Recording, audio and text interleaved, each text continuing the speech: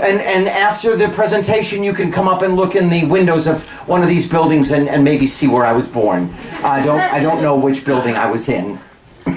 And Fine. There we go. I got it. here I am at 3.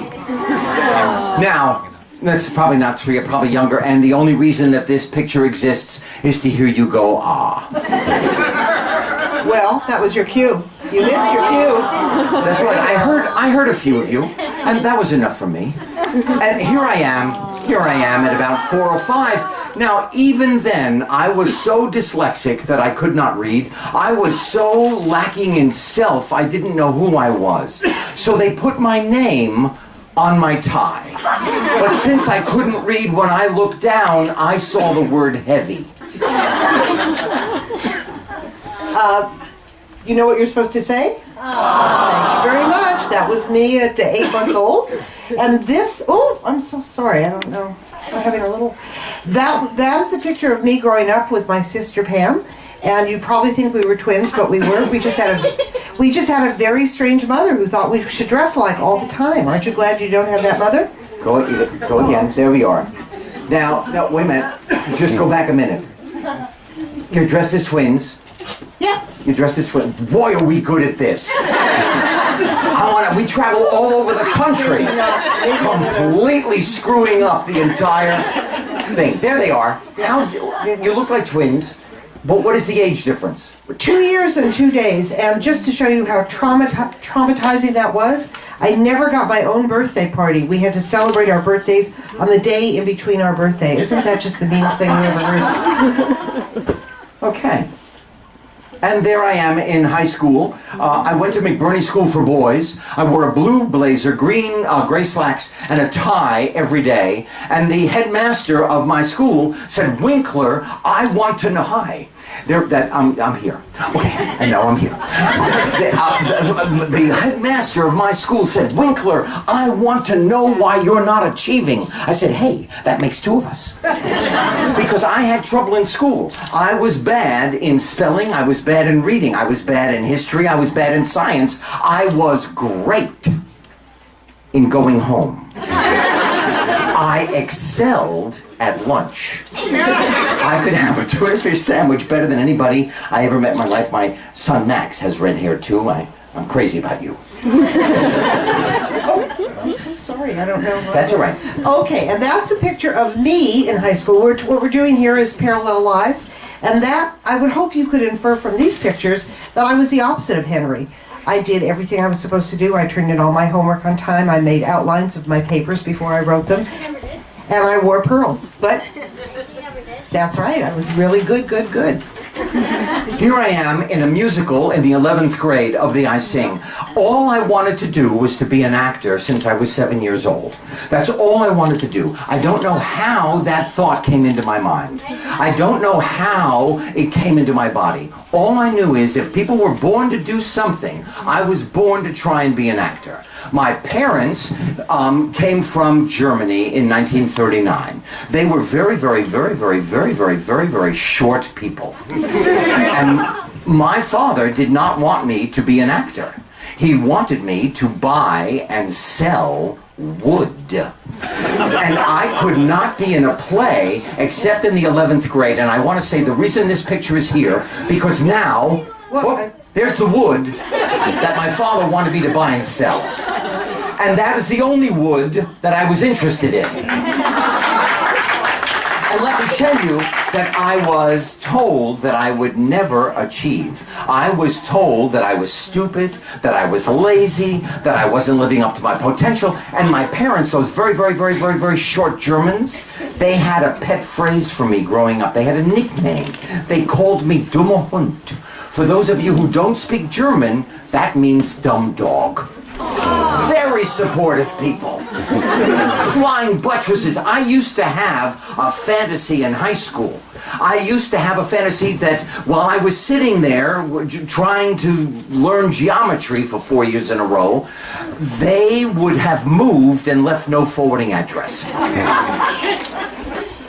And while Henry was growing up wanting to be an actor, I grew up wanting to be a writer. I knew from as early as I can remember that I wanted to write. I told stories in the neighborhood. I won a poetry contest in preschool. And then when I was in high school, I became a serious writer. I was a journalist. I was the editor of the high school paper. And I won a citywide award in Los Angeles to do an internship at the LA Times. So now we are both launched. He wanting to be an actor, I wanted to be a writer. But still, we don't know each other. We don't. Two ships in the night. Here I am in drama school, and the only reason this picture is here is because I was smart enough to shave. But this is what I have learned on my journey. If school is difficult for you, if you have trouble in school, in any part of school, this is what you have to know. School does not define you. You are so smart. You have greatness inside you. Every one of you has greatness inside you.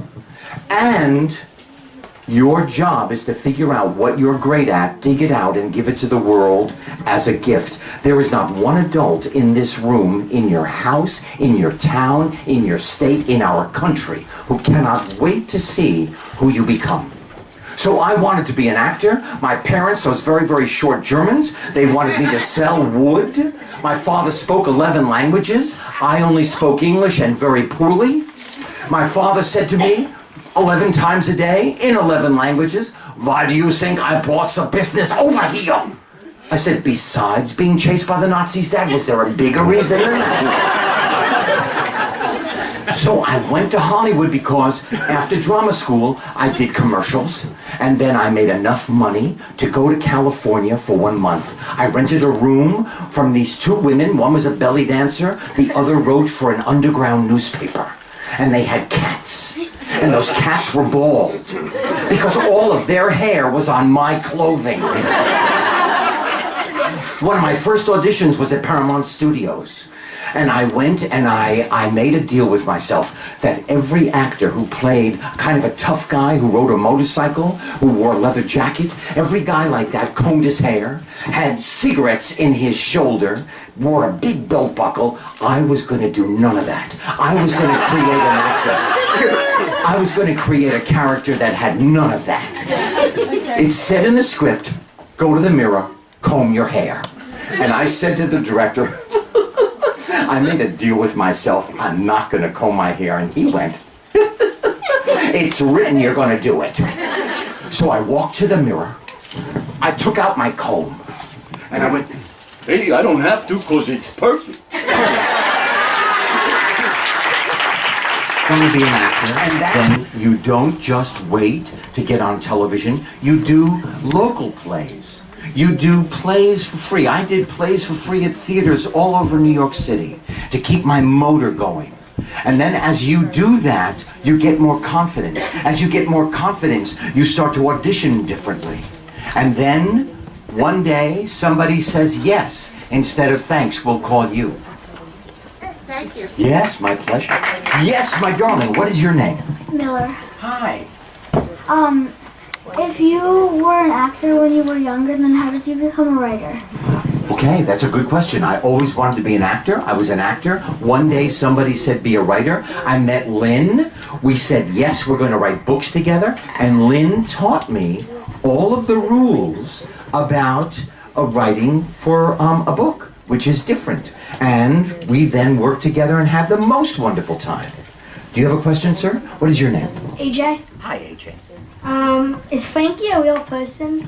Frankie is a good friend of mine. He is a psychiatrist. But Frankie and Ashley, Hank's good friends, are not dyslexic. But they take really good care of Hank. They don't judge Hank. They really like Hank. They say to him, "I would not wear that costume to the Halloween parade at your school." And Hank says, "But my imagination has got personality."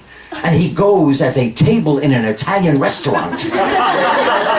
And it doesn't work out very well. He can't get through the front door. Anyway, yes, sir. What is your name? Stuart. Hi, Stu. I'm also dyslexic. Yes. When did you find out when you were dyslexic? I found out when I was 31. When did you find out? 41. 41. when my son, my oldest son, Jed, had to write a report and he couldn't do it, and I kept saying everything to him that my parents said to me, we finally had him tested, and everything that they said about Jed, I went, oh my goodness, I'm not stupid, I'm not lazy, I'm not a dumme Hund, I've got something with a name. Yes, what is your name? My name's Barbara, Hi, Barb. and I would like to thank you first of all. You're so welcome. No, honestly, I went through the same thing you did, except that I had a lazy eye, and I was just getting slower. And I had trouble with my D's. I'm sorry. I tried. Sometimes it works, sometimes it doesn't. I went for it. I was mixing up letters also. And I remember, I'm 62, so I remember you from a long time ago. Thank you. I became an English teacher. I have to thank you because you did a program on Shakespeare, and I was probably the only English teacher in the world who hated it. And then I went Wait a minute. Did you hate my program or you hated Shakespeare? No, I hated Shakespeare. Oh, but thank then God. Thank God.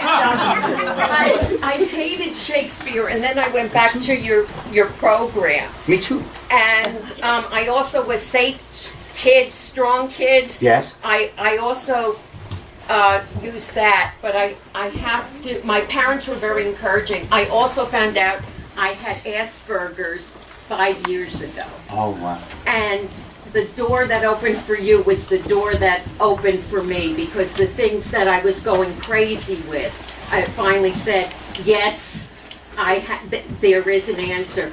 But like I said, I want to thank you because you have been such an inspiration to me my entire life. Thank you.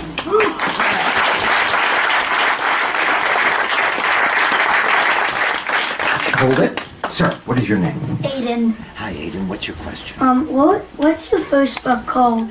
The first book we ever wrote is called Niagara Falls, or does it?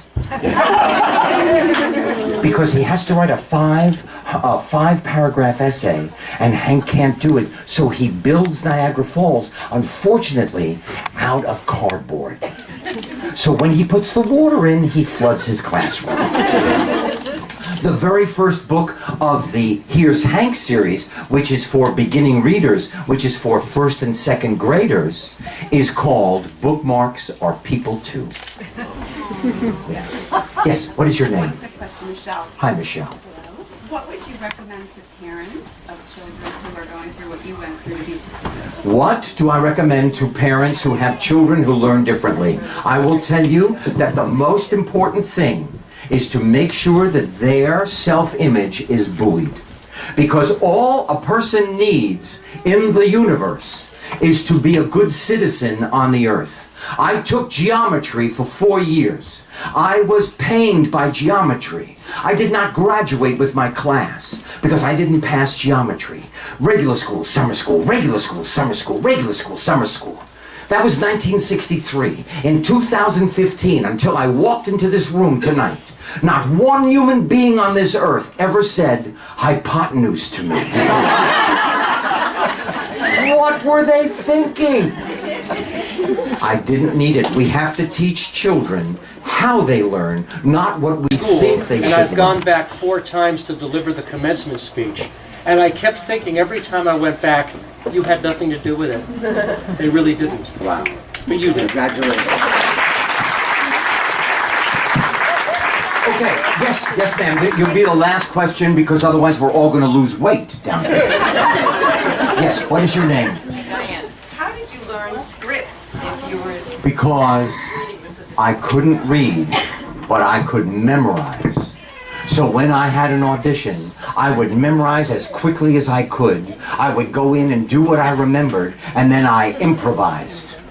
And the director said, "Excuse me, you're not reading what's written here." And I said, "Because I'm giving you the essence."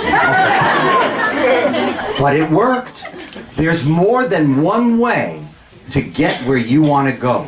There is not just one way to get where you want to go. If you keep your dream in the front of your brain, if you put one foot in front of the other, and here's my new mantra, I will try.